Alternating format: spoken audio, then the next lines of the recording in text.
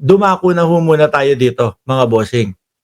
Hanilet, talagang ayaw ng payagan ni Koopman, no?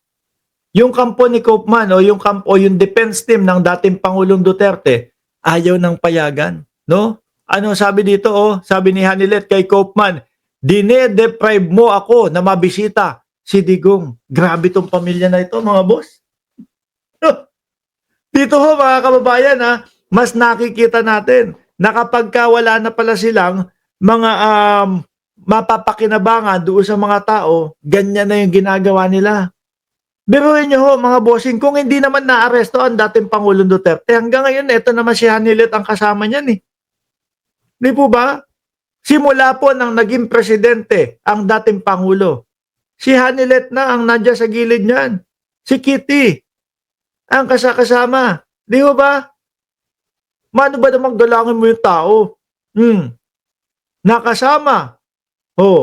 Ngayon lang naman nagkahiwalay eh. Nung nahuli na po, naaresto na, tapos biglang ngayon, ganyan na. Ano to, dahil sa mana kaya, mga kababayan? Dahil ho kaya doon sa mga mamanahin, tinatanggalan na sila ng karapatan ng mga Duterte. Hindi ka na pwedeng bumisita, tapos dadahilan na nila na kunyari, kasi nakakasira ka, Hanilet, doon sa pagtatanggol ni Koopman. Pero ang tunay na layunin pala, ayaw nilang maagawan. Ayaw ho nilang maagawan, mga kababayan, ng mamanahin. Diba? Sabi, malamang sa hindi alam ni Digong ang ginagawa ni Lustay at Koopman.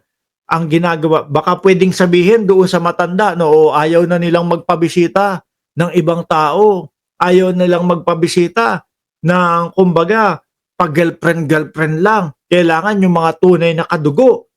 Dahil hindi naman ho kasal di ba? Hindi naman ho kasal si Abansenya at si dating Pangulong Duterte. Kawawa naman ho itong mga ito. No? Ako ho, mga bossing, ako ho naniniwala ako na kaya ho bumibisita si Hanilet doon dahil talagang mahal naman ang dating Pangulong Duterte. 'Di ba? Hindi ko nakikitaan na madami akong makukuha, ganito kaya sasamahan ko yan, kaya lagi kong bibisitahin yan. Hindi ko ho nakikitang ganun eh. Kasi simulat sa pool pa lang ho, mga kababayan, si Hanilet, hindi ko nakitang palasali, pala eksena, talagang yung buo ho na panahon na nanunungkulan ng dating Pangulong Duterte, tahimik lang si Hanilet. Si Kitty Duterte, medyo nagsasalita. Pero itong dalawa na to, tahimik lang ho, mga kababayan. Wala nga tayong naririnig na nakikisaw-saw sila eh. Tapos ganito, eto na. Nahuli na. Nasa loob na ng kulungan. Iye-etsepwera na nila. Di ba? Tapos, baka mamaya sinasabi kay dating Pangulong Duterte, syempre wala akong koneksyon yan. Sila lang ho ang nakakaano yan. Wala, ayaw ka nang bisitahin. Pagod na daw. Tapos sasabihin naman kay Hanilet, sabi ng korte, sabi ng ICC, hindi na pwedeng bumisita yung mga hindi ka mag-anak talaga. Yung mga pag-girlfriend lang, hindi daw pwede. Para sila lang yung may mana, ganyan ba yan? Di ba? Sila lang. Panawagan ni Hanilet kay Koopman, hindi na umano mabibisita ni Hanilet. Ang sakit niyan. Ang sakit niyan, mga bossing, no? Hindi na umano mabibisita ni Hanilet Abansenya si ex-President Rodrigo Duterte sa International Criminal Court Detention Center at sa The Hague, Netherlands. Biruin mo yun. Ako ho, ang nakikita ko dito kay Kitty Duterte at kay Hanilet, mga kababayan, sila na ho yung gustong makasama hanggang sa dulo ng hininga ng dating Pangulo eh. Yan ho yung nakikita ko, yung pagmamahala nila, mga boss chief amo sir, kung magamahal nila yung isa't isa. No, at itong pagbisita ni Hanilet, hindi po dahil lang sa yaman, tingin ko. Dahil napamahal na talaga, biruin mo, nabuntisan, nagkaanak. Di po ba?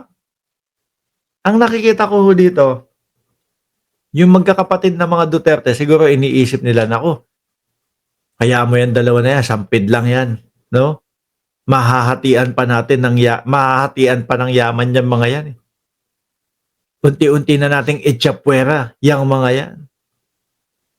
Sa interview sa Boljak TV sa YouTube, sinabi ni Hanilet na nagkausap raw sila ni Duterte sa telepono noong July 19 para makibalita, pero hinala ng abogado ni Duterte na si Koopman tungkol ito sa usad ng kinakaharap niyang kaso sa ICC. Sabi pa ni Hanilet, kahit na ayaw siyang pabisitahin ni Koopman sa kanyang asawa ay patuloy siyang nasa Netherlands kung sakaling kailanganin.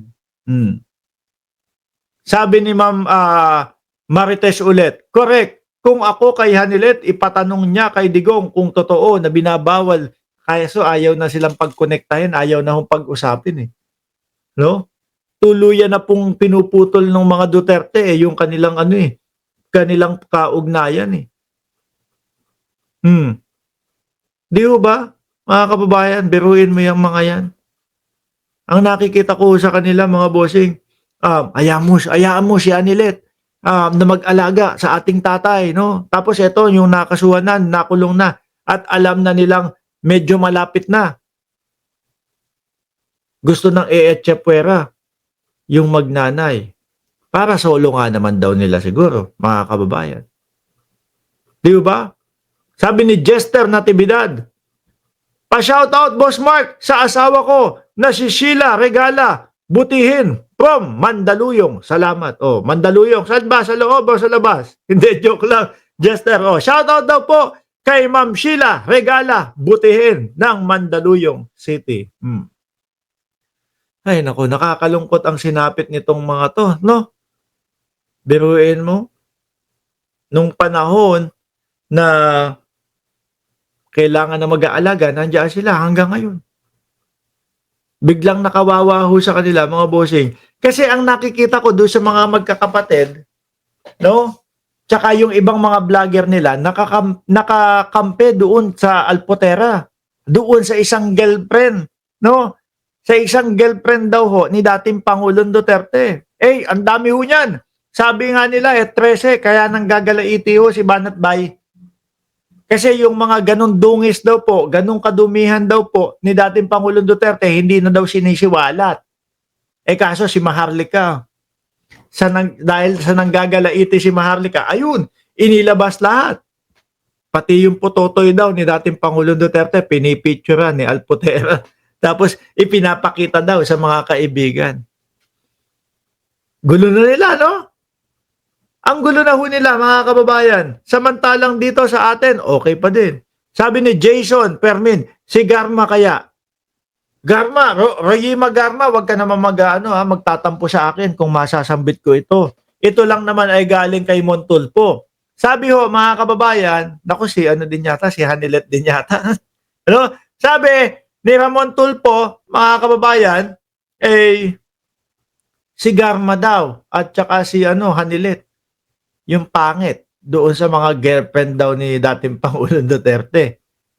Yung sabi ni Montulpo, alam niya naman kapag yan At nagustuhan daw si Garma, na shoota din daw. Nagustuhan daw si Garma dahil nga, merong kumbaga may pagnanasa ang dating Pangulong Duterte na kapag hinuhubaran niya daw po, naka-uniforme, kumbaga naka-army o nakapampuli si Garma.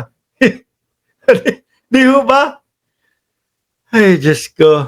Gulo na nila. Vlogger versus vlogger. Mga girlfriend versus girlfriend. Ayan. Ngayon naman,